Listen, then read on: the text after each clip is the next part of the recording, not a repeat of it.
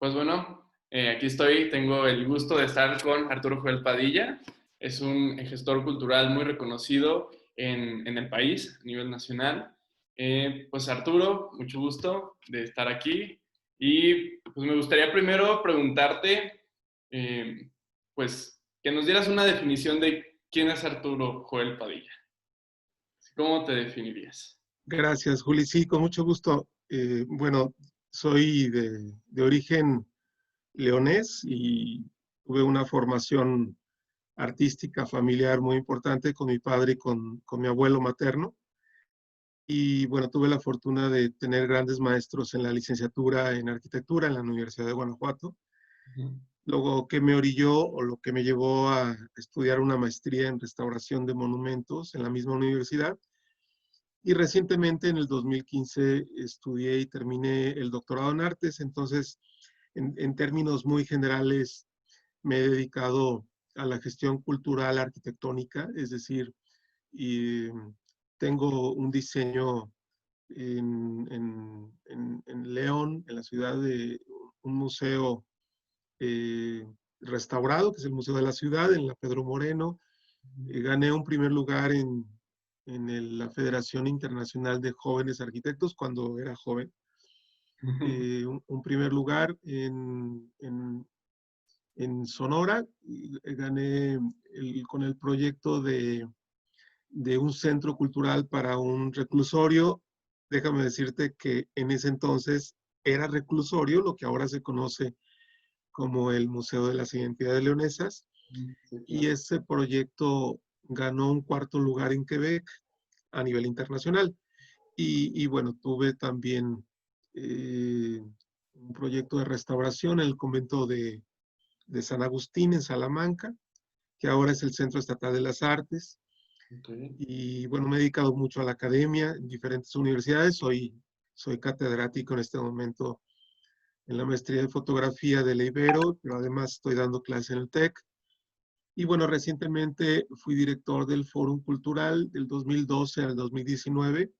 Ujú. Y bueno, prácticamente ese es un esbozo muy, muy general de 34 años de trabajo profesional. Sí, pues muy impresionante tu carrera, de verdad está muy padre, mis respetos Arturo. Y pues me llama mucho la atención, antes de entrarle a los temas directamente de gestión cultural, pues tú sabes, mi papá también estudió arquitectura, ¿no? Y se dedicó pues toda su vida a justamente la gestión cultural y la difusión cultural y artística.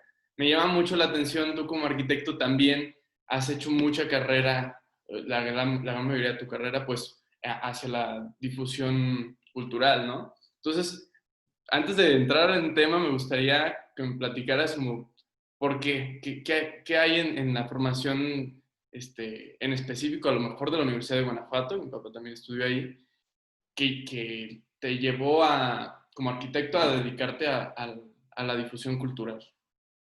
Creo que fue antes de estudiar arquitectura, Juli, porque realmente cuando decidí estudiar arquitectura en ese entonces, en 1982, Ujú. había muy pocas carreras, había muy poca oferta cultural, no había tanta como hay hoy.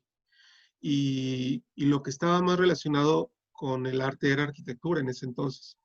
Para poder estudiar, por ejemplo, artes escénicas, que fue la carrera que yo elegí estudiar y que nunca estudié, tenía que irme a la Ciudad de México y las posibilidades eran muy pocas, eran muy escasas por la condición familiar. Pero yo creo que de alguna manera en la propia Universidad de Guanajuato se vierten o se manifestaron algunas inquietudes. Por ejemplo, se lo he dicho ya a muchas personas, que en 1985 yo estaba perteneciendo a un grupo de teatro dirigido por el maestro Manuel Colín. Y, y a partir de ahí armamos una compañía de teatro de mímica. Y esa compañía de mímica salía a las calles a hacer rutinas en el Jardín Reforma, en los callejones y bueno, en el Jardín Unión, por supuesto, ¿no? Ujú. Y bueno, tuve la fortuna de que muchos de nuestros maestros, entre ellos, recuerdo muy bien al arquitecto Escalera y a su esposa, la arquitecta Rossi, pues nos ayudaban mucho a poder salir inclusive en televisión. Eh, Había como un espíritu de mucha colaboración y bueno, cuando terminé ya la carrera, eh, sabía que tenía que hacer una definición muy fuerte, Ujú. pero quiero decir con esto, Juli, con esta historia que te estoy contando, que en la gestión cultural de alguna manera tiene que ver con facilitar al público el acceso a la cultura y al arte. Y bueno, es algo que he hecho toda mi vida, no solamente como creador, porque también algo que me ha movido mucho es la creatividad, la creación artística, sino también la gestión cultural para otros, ¿no? Y, y bueno, yo empecé, como bien te lo comentaba hace un momento, que la gestión cultural en mí empieza como gestor arquitectónico, como un gestor cultural en la arquitectura. Ujú. Y bueno, así es como abordo algunos museos, algunos centros culturales, pero con el paso del tiempo llega un momento en que te das cuenta que hay que llegar a una definición muy clara y muy precisa. Fue cuando decidí estudiar el doctorado en arte Ok. y, y realmente en ese momento te podría decir que a mis 56 años tengo exactamente el rumbo definido, eh, que fue gracias a 30 años de trayectoria, como que se fue definiendo, lo fui definiendo en el proceso, de tal manera que la gestión cultural y la gestión arquitectónica en cultura me parece en mi vida ahorita fundamental. Qué padre. Pues muchas felicidades por tu doctorado, Arturo. Está muy padre eso. Y pues me gustaría, hablando de todo esto, que me pudieras dar tu definición de cultura, Arturo. Para ti, qué es la cultura? Déjame decirte antes de darte una definición de cultura, que tenemos una crisis de definiciones de cultura. Ok. O sea, tenemos tantas definiciones de cultura que realmente el término cultura termina siendo muy vacío. Entonces, eh, está tan definida la cultura por diferentes enfoques como la estética o como el arte. Eh, pero, bueno, ya haciendo esta aclaración, yo me iría a los orígenes como todo mundo debe de hacerlo, ¿no? Es decir, cómo surge el término cultura. Y bueno, tiene que ver la cultura con algo que, que tiene que ver con la propia agricultura, es decir, con sembrar para poder recoger. Y esto se vincula mucho, Juli, con el patrimonio, con la memoria histórica. Es decir, se habla mucho de manera equivocada de una persona que no tiene cultura cuando esta persona tira basura en la calle. Ujú. Y aquí estamos hablando de otra definición de cultura. Pues bueno, podría hablar mucho tiempo de esto, pero quiero ser muy concreto con tu pregunta. Ujú. Eh, la definición de cultura que más me ha convencido es aquella que genera una serie de acciones en la actualidad para poder conservar los, los vestigios o el patrimonio tangible e intangible del pasado, pero al mismo tiempo aquellas acciones que siembran el día de hoy, que depositan el día de hoy en la sociedad para que tengan su fruto y su cosecha en el futuro. Es de alguna manera pensar en el presente en términos de recoger el pasado para preservarlo y poderlo llevar hacia el futuro en esa misma preservación, generando también contenidos en el presente. No sé si me expliqué, Juli. Sí, es como tomar todo lo que existía en el pasado, pues forma parte de nuestro presente como sociedad y como sociedad tomamos lo que ya se hizo para transformando en el presente y lo que se hizo en el presente, posteriormente en el futuro va a ser el pasado, entonces va a ser transformado y es como una evolución, ¿no? Es una evolución y que tiene que ver mucho con la preservación, con la conservación, con preservar aquellos valores, pero también es cierto que no son valores vacíos.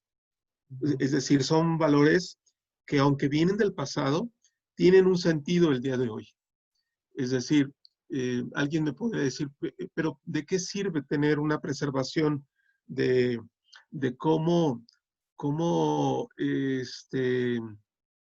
a lo mejor en la cultura prehispánica había sacrificios humanos, ¿no?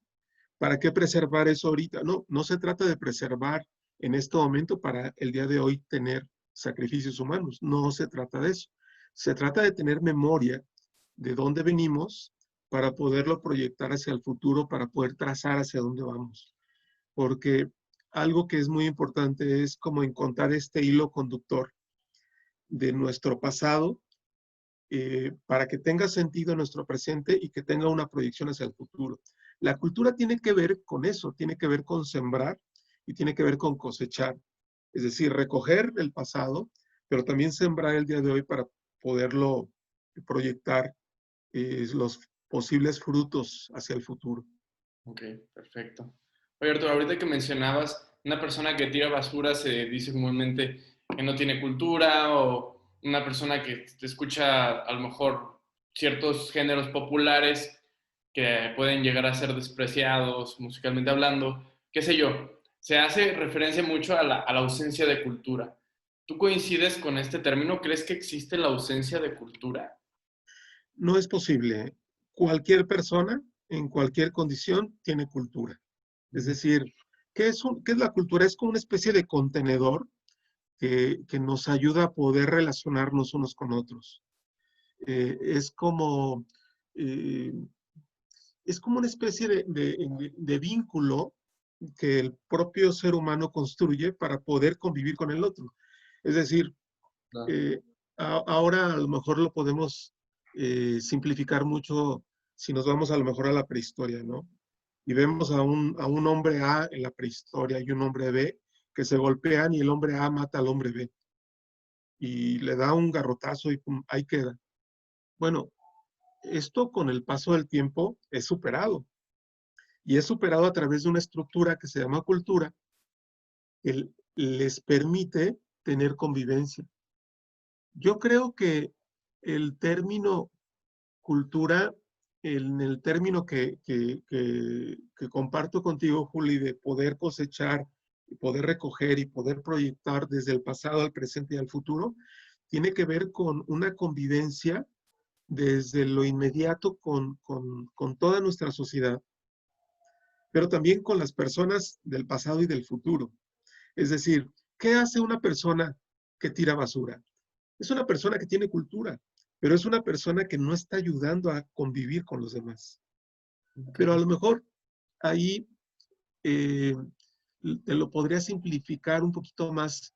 Una persona que no le gusta Beethoven y le gusta la banda Recodo, no es una persona que no tenga cultura, es una persona que tiene cultura muy definida de un tipo.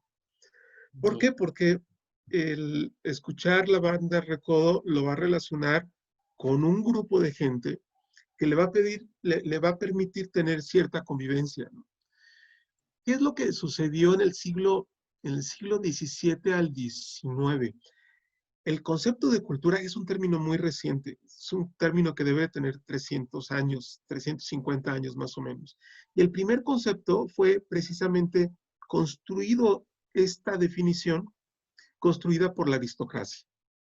Entonces, la aristocracia que decía, pues la cultura es tener música de cámara. Entonces, a ver, traigan a 4 músicos, 4 violinistas y tóquenme la música de Händel. No era música del pueblo, era música aristocrática. Claro. Conforme pasa el tiempo, pues la música de cámara se convirtió pues, en más accesible a muchos públicos.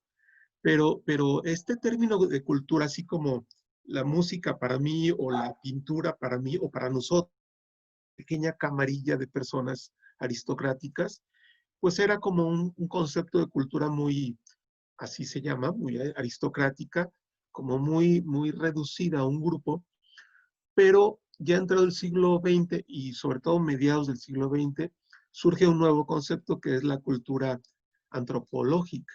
Mm, Es decir, lo antropológico ya tiene que ver con todo lo que hace el ser humano. ujú. El antropos es el hombre, el hombre que siembra, que se sube al camión, que trabaja, que hace deporte, el hombre, todo lo que hace el hombre, negativo, positivo, todo. Todo tiene que ver con esta concepción nueva del siglo XX que tiene que ver con un concepto de cultura antropológica, Ok. donde un hombre que mata a otro hombre, pues tiene Ujú. una cultura, o sea, la cultura tiene que ver con todo lo que hace el hombre desde el punto de vista antropológico. Ok, digamos que la definición, o sea, lo que definimos con cultura, desde sus orígenes aristocráticos hasta concepciones más recientes, ha ido evolucionando en considerar más aspectos de la sociedad y no solo cerrarse a lo aristocrático, ¿verdad? Más conceptos a todos los conceptos. Todos los Es conceptos. decir, hay una cultura, pues hay una cultura de la muerte, por ejemplo. Me estoy yendo a lo negativo como para poderlo comprender. Hay una cultura del narcotráfico. Hay Claro. una cultura, me voy al otro lado, más bondadosa. Hay una cultura de solidaridad social. Es decir, en el 85 ahí tenemos un terremoto en la Ciudad de México y hay una cultura de comprensión y de solidaridad social impresionante en la Ciudad de México, ¿no? Entonces, eh, ¿qué es esto? Finalmente la cultura es una especie de estructura que nos ayuda a convivir unos con otros de tal manera que nos pueda hacer la vida más fácil o más asequible o más tolerante, ¿no? ¿Por qué? Porque el ser humano es una entidad muy compleja. No, no somos como el reino animal o el reino vegetal, ¿no? Somos muy, muy complejos. Tenemos una conciencia, tenemos una inteligencia, tenemos también una estupidez histórica, ¿no? Entonces, esto lo hace muy, muy complejo, ¿no? Entonces, en ese sentido, pues sí necesitamos una especie de salvavidas, que es como esta especie de estructura que nos ayude a relacionarnos unos con otros. Ok, me gusta ver la cultura justamente como esta estructura que nos ayuda a relacionarnos. Así es, sí. Muy bien, Arturo. A ver, Arturo, ya entrando un poquito más en tema de la parte de difusión cultural, me gustaría que me platicaras qué entiendes tú por un difusor cultural, cuál es su rol en la sociedad, qué es un difusor cultural. Mira, un difusor cultural es una persona que tiene una sensibilidad, eh, una, una visión muy clara de poder llevar un producto a un público específico. Requiere conocer una población al cual va dirigido este producto. Y quiero decirte con esto que es un personaje que va de alguna manera a dar a conocer un producto que emana de la propia sociedad, ¿no? Es decir, eh, es bien interesante esto que me preguntas porque ¿qué es lo que hace un difusor cultural? Lo que comparte es lo que hace la misma sociedad. Comparte con la sociedad lo que hace la misma sociedad, ¿no? Ujú. Entonces, a ver, yo voy a difundir las tradiciones del Día de Muertos en Michoacán, Ujú. pero, pero realmente yo no produzco, yo no he producido esa tradición. Yo lo que hago es dar Claro, a conocer al público que yo creo que le va a interesar esas tradiciones. Puede haber varias intenciones. Puede haber intenciones, Juli, de poder eh, dar difusión con la intención de conservar, por ejemplo, ¿no? Es decir, que no desaparezca. claro, Puede ser la intención de poder transformar, es decir, que, que haya un cambio en la actitud o en el comportamiento de las personas, porque también un gestor tiene que ver con cambiar un comportamiento. No necesariamente es conservar un comportamiento, sino cambiar un comportamiento. claro. Este, y ese difusor tiene que tener muy claro el público, debe de saber estudiar los públicos, porque los públicos a veces creamos que el término público es muy homogéneo y nada más incierto. El público es muy heterogéneo. Hay edades, hay nacionalidades, hay usos y costumbres, hay barrios, hay, hay, eh, hay personas que están más vinculadas con la metrópoli, más con el campo, más con lo barrial. Entonces, bueno, hay personas que tienen formación académica, hay personas que la tienen intermedia, en fin, hay muchas variantes que hay que contemplar. Entonces, un difusor tiene muy claro a quién se está dirigiendo, qué es lo que está proponiendo, qué es lo que está dando a conocer, porque si yo quiero proponer, por decir, eh, eh, una instalación de Francis Alice en el barrio de San Miguel, va a ser muy complicado. Por muy buen difusor que sea, estoy realmente metiéndome en camisa de 11 varas, ¿no? Va a ser muy complicado. Entonces, tengo que saber exactamente cuál es el público que responde a un producto. Relación público-producto es muy importante para poder saber cómo hacer este match, cómo hacer esta vinculación entre el producto y el público. Claro. Se requiere, para ser un gran difusor, conocimiento del producto, conocimiento de los medios de difusión y conocimiento del público al cual va dirigido. Claro, excelente. Entonces, Arturo, en el rol de difusor cultural en la sociedad vendría a ser mm, un medio, un intermediario entre el producto cultural y el público al que va dirigido. En México pasan muchas cosas muy raras. Un difusor inclusive puede ser un propio creador, ¿no? Claro. Pero en términos así, digamos, generales, un difusor es una persona que está generando actividades estrategias muy específicas para que un producto se dé a conocer a un público específico. Debe de conocer bien el producto, debe de conocer muy bien el medio para comunicarlo y debe de conocer el público al cual va destinado, ¿no? Entonces, en ese sentido, el difusor, pues es un gran comunicador. Sí, Es, es un, es un comunicador que transmite un mensaje que, que, que tiene que ver con los propios contenidos del producto y con la propia recepción del producto a través del público. sí, claro. De hecho, ahorita que me estabas explicando estos temas, pensaba mucho en los modelos de comunicación que he estudiado a lo largo de la carrera, que están completamente relacionados con lo que me estás platicando.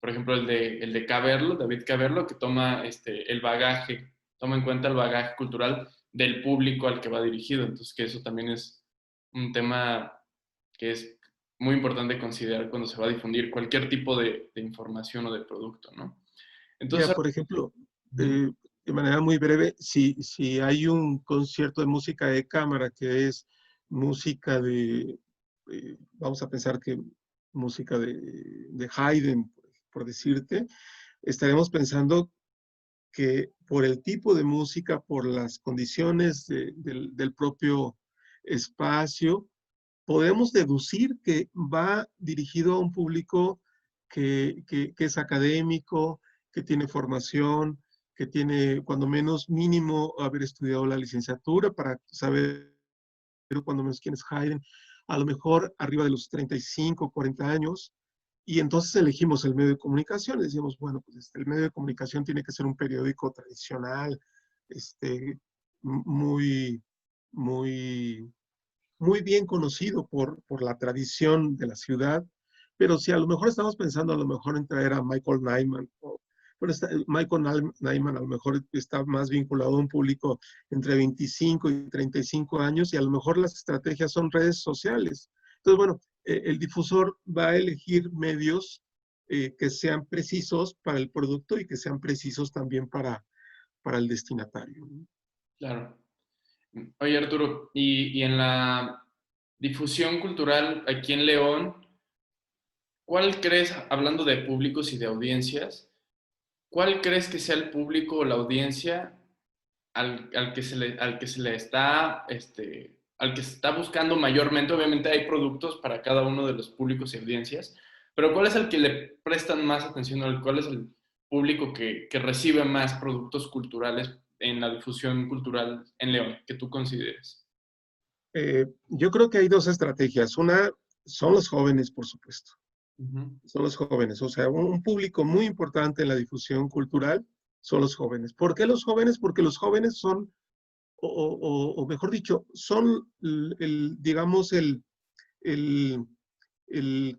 la población, el rango de la población que es muchísimo más receptora, pero al mismo tiempo es la que va a construir familia, la que va a construir sociedad, la que va a tomar decisiones en un futuro, es la que tiene una proyección hacia el futuro muchísimo más grande Claro. que un adulto, por supuesto.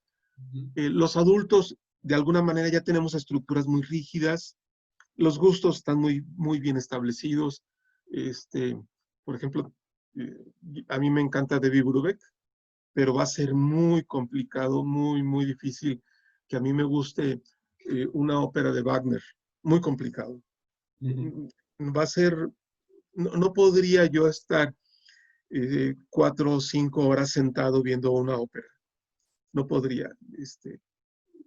Va a ser difícil que yo cambie mi estructura en ese sentido, ¿no? Pero eso no le pasa a los jóvenes. A los jóvenes son muchísimo más flexibles en su estructura mental, pero también es cierto que son los que en los próximos 30, 40 años, 50 años van a ser los que van a estar tomando decisiones en este país y van a ser los que van a su vez a educar a sus hijos y bueno, de esta manera se puede ver hacia el futuro. Ese es un segmento. El otro segmento son los niños. Mm. Los niños son fundamentales, son clave. Los niños no se pueden desatender. Me parece que es uno de los grandes públicos que hay que también cuidar en la gestión cultural, porque los niños, de manera muy simple, de manera muy natural, van a ser los que en pocos años van a ser los jóvenes, que van a poder escalonar una tradición cultural o una impronta cultural en los próximos 60 años. Entonces, wow, me parece que ahí es donde el público debe más bien donde la gestión cultural debe concentrarse en los niños y en los jóvenes, por supuesto. Ok. Entonces, ¿tú coincides con que el consumo cultural influye en, pues, cuál va a ser la perspectiva que va a tener esa persona en un futuro, ¿no? Claro, por supuesto. Ok. Por supuesto, y además, eh, la idea es precisamente crear comunidad cultural hacia el futuro. Entonces, de esa manera, trabajando con los niños y los jóvenes, se puede crear esta impronta hacia el futuro. No Claro. quiero decir con esto que a los 35, 36 años ya no hay que tomarlos en cuenta, no, pero también es cierto que un adulto de a lo mejor de 40 años ya tiene una estructura mental muy bien establecida. Y bueno, en mi caso, con 56 años es muy difícil, como dice el dicho, que chango viejo aprenda maroma nueva, ¿no? Yo creo que ya las estructuras a partir de los 40, 45 años ya están muy bien estructuradas, ya están muy bien establecidas, ¿no? Y en ese sentido, yo creo que si yo escuché a David Brubeck cuando tenía 10 años, pues me seguirá encantando cuando tenga 60, estoy seguro de eso. Sí, claro. Arturo, entonces partiendo de esta afirmación que el consumo cultural influye en el desarrollo de la persona en un futuro al ser comunicado a edades tempranas, ¿no? Niñez y adolescencia, ¿qué tipo de consumo cultural desean los esfuerzos de difusión cultural que se han desarrollado en específico en León? ¿Qué consumo cultural se espera que tengan, ¿no? Y para qué? ¿Qué se desea que transforme? Esa es una excelente pregunta. Esa excelente pregunta. Es decir, ¿qué consumo cultural es el que hay que ofrecer a niños y a jóvenes, considerando que, que estamos construyendo el futuro cultural de una ciudad? Me parece que esa es una gran pregunta y yo creo que esa es una pregunta que hay que contestarla en colectividad, ¿eh? En colectividad. Me parece que ahí que el trabajo transversal es fundamental, pero yo te puedo dar mi punto de vista. Ujú. Yo creo que no siempre lo que pide el público es lo que hay que darle. Ok. Yo no creo que siempre el público tenga la razón. No lo creo. No creo en eso. Yo creo que los gestores culturales de alguna manera pueden o deben, y esa es la responsabilidad, de poder encontrar estas vetas que pueden construir comunidad hacia el futuro. Ujú. A mí me decían, a ver, Arturo, si quieres llenar el Teatro Bicentenario, ¿lo puedes llenar? Sí, lo puedo llenar. El problema no es llenarlo. El problema no es sentar a 1,500 personas en una butaca durante 2 horas. Ese no es el problema. Lo puede hacer perfectamente muy bien muchos recintos y, y no hay ningún problema. El punto medular es cómo lo puedo llenar con 1,500 personas con un espectáculo que pueda ayudar a construir colectividad. Ok. Este es el tema, ¿no? Ahora, ¿qué es lo que construye colectividad? En términos de gestión cultural, yo creo que construye colectividad todo aquello que nos hace empáticos el uno con el otro. Si, si, si pensamos en un requiem, por naturaleza, por naturaleza es una expresión musical que tiene una empatía, que tiene, estoy poniendo un ejemplo solamente para poder ver cómo podemos generar comunidad, bueno, pues a través de la empatía. Y la empatía es poder ver al otro, ponernos de alguna manera en su condición, o cuando menos imaginarnos un poco, y poder ver de alguna manera qué siente, qué vive, qué piensa. Yo creo que en ese sentido el arte eh, y la cultura, por supuesto, tienen muchas ventajas. Una, creamos empatía con el creador, ¿no? En este caso con Mozart. Ujú. Creamos empatía con una visión sensible, auditiva, ¿no? Si yo vibro igual que vibra mi vecino de la butaca derecha o izquierda, entonces también estoy creando colectividad. Claro. Cuando a mí me decían, Arturo, ¿qué es lo más interesante de la gestión cultural? El momento que se levantan y aplauden, pero no es por el aplauso, es por la coincidencia del aplauso. Es decir, si uno se levanta y aplaude y el otro se levanta y aplaude, hay una coincidencia, hay una comunidad que ahí está hirviendo. Y eso me parece que es muy, muy, además de emocionante, es muy satisfactorio porque además el público mismo revela sus propias condiciones emotivas. Ujú. Entonces, ¿qué es lo que hace la cultura? Deja muy claro lo que ya debe de existir, la conexión de un ser humano con el otro. Es decir, cómo estamos tejidos unos con otros, la cultura lo devela, no lo oculta, lo devela.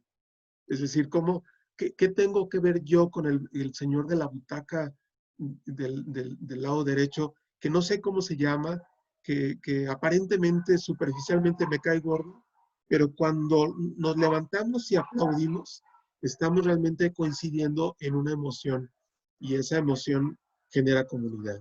Eso me parece realmente lo más importante. Es padrísimo completamente. Y entonces, con base en lo que estás comentando, la cultura es pues como una medicina para la sociedad, ¿no? Porque crea hebras donde no existían hebras en el tejido social, ¿no? Fíjate que visibiliza hebras y crea hebras. Ok. Cuando digo visibiliza, es que a lo mejor existen y no las vemos. Ajá. Entonces visibiliza hebras y también es cierto, también crea conexiones. ¿Qué tengo que ver yo como ser humano con el vecino que vive 20 cuadras a distancia de mi casa? Pues aparentemente nada. Ujú. Pero la cultura y el arte nos dice que sí tenemos que ver mucho. Entonces es una conexión de hilos invisibles o de hilos que se construyen de manera intencionada para poder conectarnos unos con otros. Yo creo que ese es el gran caparazón, esa es la cultura que construye la cultura, de podernos conectarnos con otros. Y Claro. cuando se habla, por ejemplo, a mí me parece muy desafortunada o cuando menos muy pasado de moda, cuando los políticos dicen que hay que reconstruir el tejido social.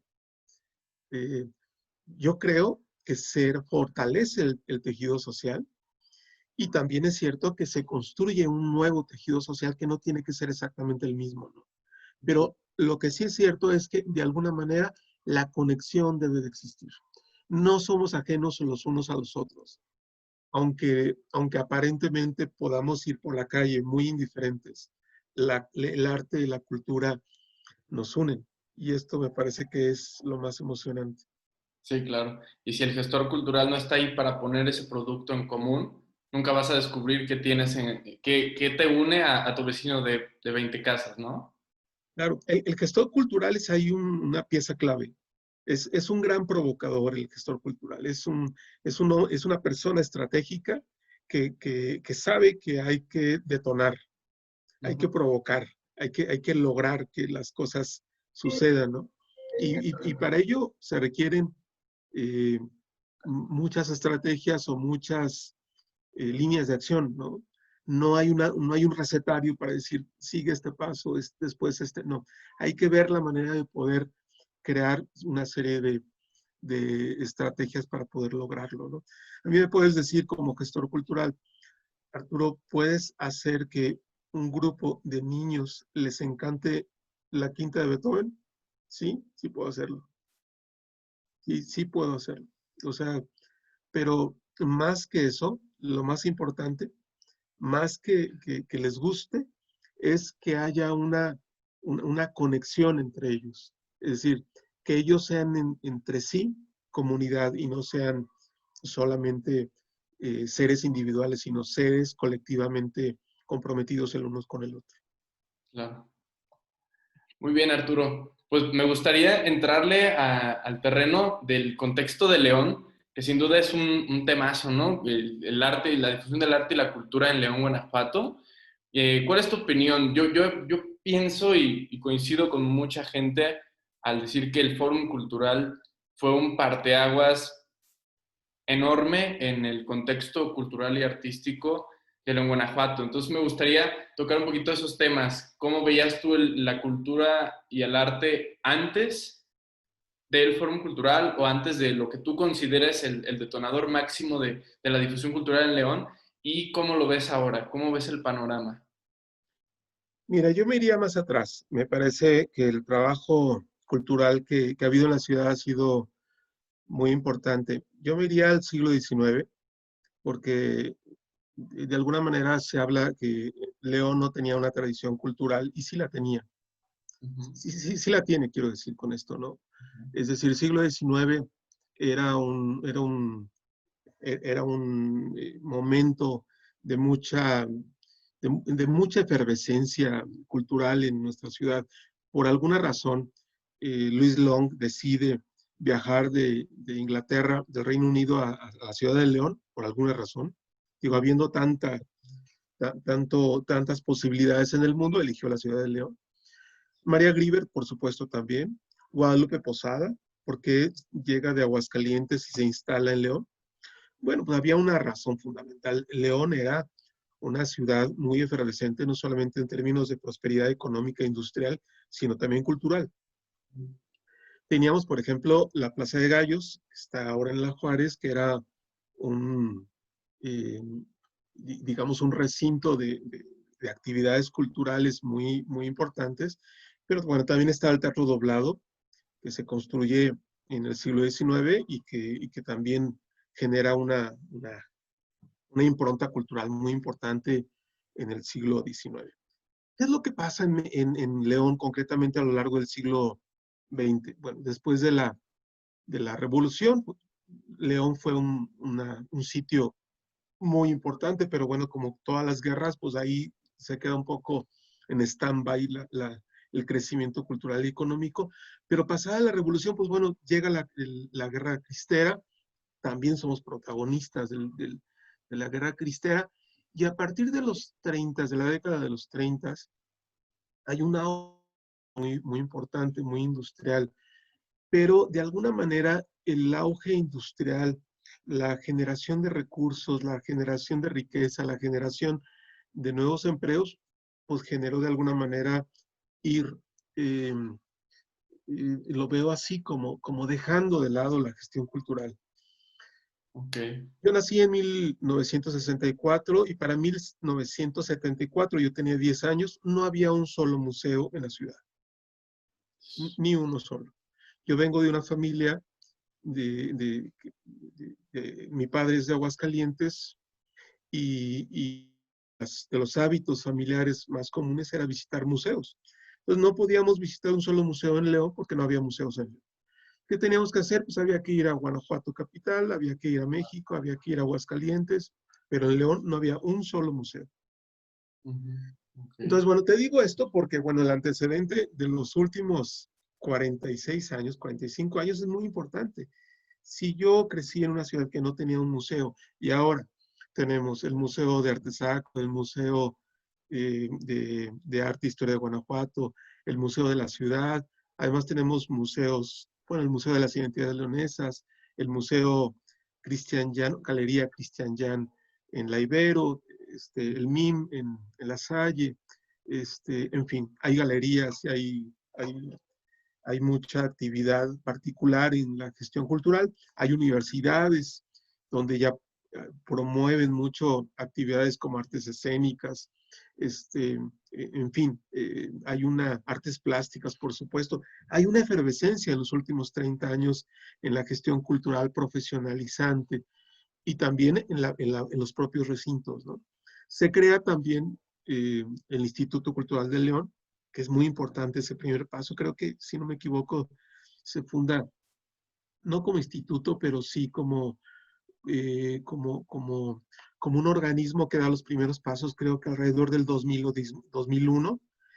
Y en el 2006, realmente, de manera impactante, se crea el proyecto del Fórum Cultural. Y digo impactante porque no solamente rebasa a la ciudad, sino rebasa al estado y rebasa a la región centro del país. ¿Qué quiero decir con esto? Que si alguien quería ir a un teatro eh, en el estado, que fuera un teatro de reciente construcción, pues no había. O sea, eran teatros porfiristas de, de la Revolución o de antes de la Revolución. Está el Teatro Juárez, el Teatro Doblado, o en San Miguel de Allende, el Rosas Moreno, en fin, hay una gran cantidad de teatros del siglo XIX, pero no con una presencia actual. Bueno, me parece que en el 2006 León y el estado de Guanajuato crea este centro cultural que me parece que rebasa por mucho al estado y a la región centro del país. No me atrevería a decir más, porque no quiero decir que rebasa al país entero, porque me parece que podría cometer una omisión, por ejemplo, con el Secut de Tijuana o a lo mejor con el Parque Fundidora de Monterrey o el Centro Nacional de las Artes de la Ciudad de México. Pero sí creo, y eso sí lo puedo estar seguro, que rebasa por mucho la región centro bajío. Es decir, sí creo que hay una gran noticia en el 2006 y creo que eh, la gran oferta, la gran estrategia que ha habido en el Fórum con sus 14 años de vida, pues ha sido realmente muy, muy afortunada, no solamente para los leoneses, sino también para todo Guanajuato, ¿no? Tiene muchos retos, por supuesto, todavía hay muchas cosas por hacer, por supuesto, pero como todas las instituciones culturales las tienen, y yo creo que a este momento eh, sí creo que los leoneses y los guanajuatenses, cuando menos de esta región del país, sí tenemos una gran fortuna de poder contar con este recinto. Claro. Oye, Arturo, ¿y qué hay que hacer? O sea, ¿qué sigue? O sea, vemos como este parteaguas, bueno, este nacimiento del siglo XIX de toda la cultura, esta efervescencia, se cae un poco por la revolución y la, digamos, preponderancia hacia el sector económico industrial, ¿no? Y se pierde un poco, se deja de un lado la parte cultural y poco a poco, a partir de los ochentas, creo que mencionas, ¿no? Sí. Empieza a resurgir. ¿qué sucede en los ochentas que hace que resurja o empiece como a renacer la cultura en León? Mira, yo creo que hay una serie de esfuerzos de muchas entidades, la iniciativa privada, por supuesto, los esfuerzos de las propias universidades fue fundamental para la profesionalización. Yo creo que la propia ciudadanía y yo creo que hemos empujado al sector público. Es decir, esto es lo que lo hace muy rico, ¿no? Es Ujú. decir, no es algo que haya sido propuesto por el gobierno, fue algo que empujó la ciudadanía, que empujó el sector industrial y el sector educativo para poder cambiar una realidad. ¿Qué es la realidad? Pues la realidad que estábamos viviendo, es decir, la tesis del 1950 es que la prosperidad es económica. La tesis de 1980, 1990, pues es que la tesis no solamente puede ser prosperidad económica, sino también prosperidad cultural. Esto es la prosperidad que tiene que ver con la convivencia de los seres humanos. ¿De qué me sirve tener 20 pesos si voy a tratar de, de, de robarle al marchante, voy a tratar de ser grosero con el vecino? No era suficiente tener dinero. Es decir, la prosperidad económica es muy importante, pero no es todo. Es decir, se requiere como que esta construcción de este colectivo cultural que ayude a ser sensibles, a ser emotivos, a externar como muchas de las condiciones del ser humano, ¿no? Por ejemplo, muchos estigmas como el hecho de que el hombre no puede llorar, ¿no? Y tú ves una ópera y ves que los hombres mueren, bueno, lloran y mueren cantando, pues te está cambiando un estereotipo, ¿no?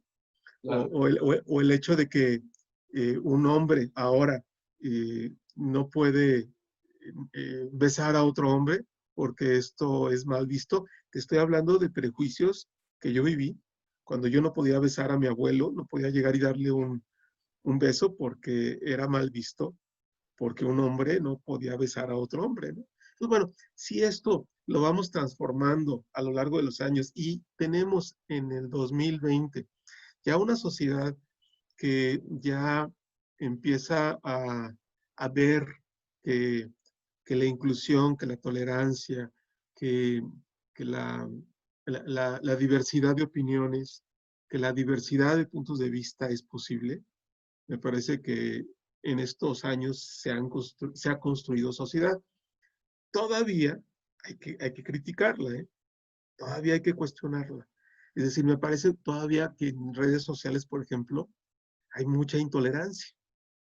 Y hay mucha intolerancia desde el anonimato, inclusive, ¿no? O sea, ya no es la sociedad cerrada desde la presencialidad del 1980, sino ahora creo que de la presencialidad es muy abierta, pero en la virtualidad, las, o en la conexión de las redes sociales me parece que hay mucha, eh, todavía muchas cosas que hay que trabajar. La intolerancia es una de ellas. Sí. Y esta intolerancia me remonta un poquito a la resistencia al cambio que existe en León, ¿no? Esta parte tradicional que se resiste pues a evolucionar muchas veces como sociedad, pero por otra parte, pues vemos estos esfuerzos institucionales o particulares de que la cultura pueda ser un elemento de transformación social, ¿no? Entonces, ¿tú cómo ves el papel de la cultura ante la sociedad leonesa con su carácter tan tradicional, que lo caracteriza tanto?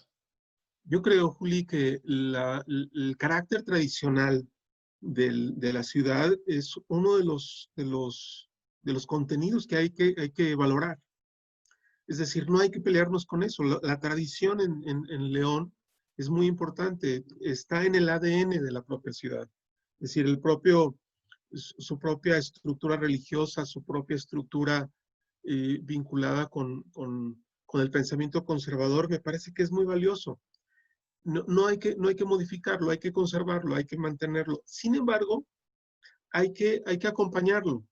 hay que acompañarlo de un discurso fresco, actual, muy reciente.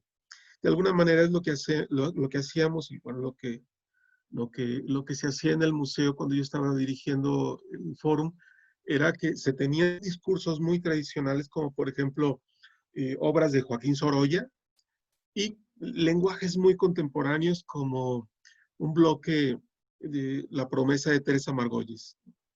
Entonces, sabíamos claramente que no podíamos enfocarnos claramente a un discurso contemporáneo porque nos estaríamos concretando a un público muy definido y abandonaríamos a otro. Pero lo que sí tendríamos que hacer para poder abordar toda la gama del público de León era que debíamos de conservar la atención del público conservador, que es el público mayoritario, y el público con un pensamiento más actualizado, que tiene que ver más con los jóvenes. Entonces, bueno, desde mi perspectiva, por eso mi definición de cultura tiene que ver con esto, es conservar o recoger o preservar lo que el pasado nos está dejando Claro. y poder construir el día de hoy un lenguaje y un producto que al mismo tiempo podamos heredar para las siguientes generaciones, ¿no? Me parece que no debemos de polarizar entre un discurso tradicional y un discurso innovador. Me parece que el discurso tradicional y el discurso innovador, ambos, pueden convivir perfectamente bien en una gestión cultural. Ok, excelente. Oye, Arturo, y finalmente, ya para terminar, me gustaría preguntarte, ¿cuáles crees tú que son los retos, o cuál es el porvenir de la gestión cultural en León, Guanajuato? ¿Qué sigue? ¿Qué hay que hacer? Mira, también creo que es una pregunta que debe ser trabajada en colectividad, Ujú. pero si me preguntas a mí en lo individual, yo creo que tenemos un gran pendiente. El gran deudo que tenemos, el gran pendiente que tenemos es poder gestionar la cultura para aquellos que no han tenido acceso a ella. Es Ujú. decir, la cultura como un derecho. Es Ujú. decir, la UNESCO plantea la cultura como un derecho de todos los seres humanos. Y hay Ujú. personas que no tienen acceso a la cultura, ¿no? A la cultura entendida como aquello que se comparte para poder crear colectividad, ¿no? Ujú.